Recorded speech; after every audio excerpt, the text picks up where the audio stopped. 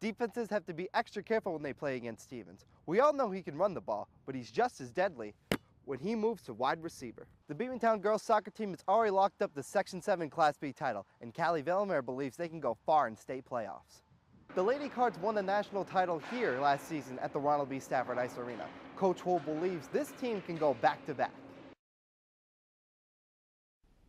It's that time of the year again. It's championship weekend for Section 7 football. One game in particular that's catching everyone's eye is the Class B title game between the Peru Indians and the Beatmantown Eagles.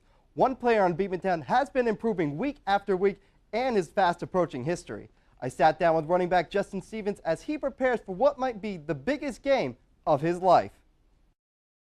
The Eagles are already designing new plays for when they play Peru this Saturday. One thing that isn't going to change, however, is number 22. Senior running back Justin Stevens has literally been carrying the team to where they are today, and he credits it to his off-season workout routine. It's pretty hardcore, 5 to 6 days a week actually. Pretty precise though. I had all three of my coaches helping me with it. It was pretty intense. His head coach Jamie Lozier has been helping him for several years now, and they have built a very good relationship. He's like a father figure to me. He always does what's best for me, and in return I go on that field and do my best for him. With a lot of leadership graduating this past spring, Stevens has embraced the role of mentor and leader. Yeah, I like it. I want the guys to lean on me when they need a big play. Coming through for them is really all that matters to me. Stevens currently has 1,810 rushing yards and is just 59 yards away from breaking the all-time Section 7 record. Although the championship game is this Saturday, it's hard not to think about it. Yeah, it's impossible to get off your mind. At the same time, you got to focus on the task at hand. You know, you're not getting to the next step unless you get past the first one. So, bad beef with Peru is an understatement when it comes to Stevens.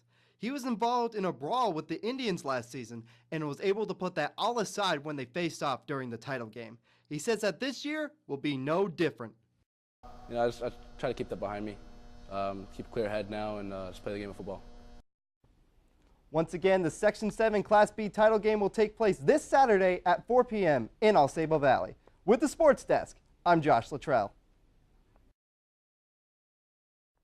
Records, rivalries, and ridiculous plays were all part of championship weekend for Section 7 football.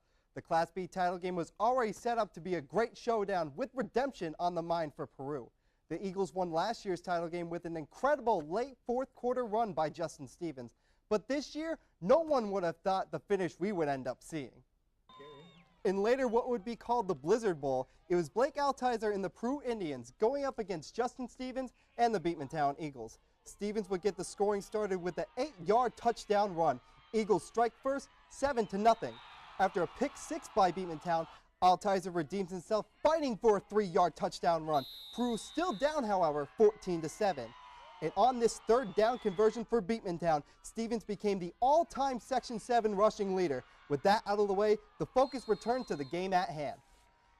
Looking to start their comeback, they hand it off to Brandon Storer. He's untouched, and he makes it a one-score game. With 6 minutes remaining, Storer gets into the end zone one more time, tying up the game at 21 each.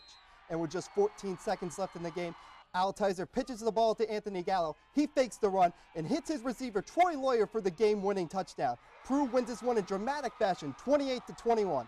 They are your Section 7 Class B champions, all in part to that outstanding trick play.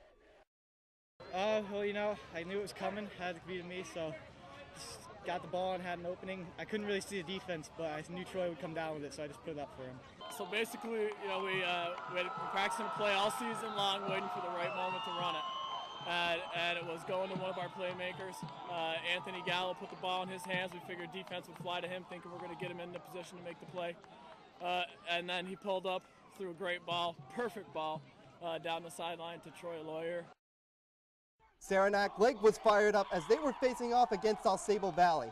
After an early turnover for the Patriots, Tristan Fitzgerald mulches his running back Ty Merriman and hands it off for the first score of the game, making it 7-0 Red Storm. Merriman would get his number called again, but this time through the air, a spectacular over-the-shoulder grab, gets tripped up a bit, but falls into the end zone. A 52-yard strike makes it 14-0 Red Storm. Fitzgerald would stick with the passing game, however. He'll pump fake his defender and hits his receiver Torrance Smith for the touchdown. Red Storm now up 21-0 over the Patriots. Like the saying goes, if it isn't broke, don't fix it. Fitzgerald once again finds his receiver for the score. This time it was Alex Donaldson for the touchdown reception over a defender. This put the Red Storm up big, and they never looked back. Saranac Lake wins 42-23, and they are your Section 7 Class C champions. This Saturday, Saranac Lake will return to Ausable Valley to go head-to-head with Ogdensburg, and Peru will travel to Potsdam to take on Franklin Academy in the state playoffs. With the Sports Desk, I'm Josh Lattrelle.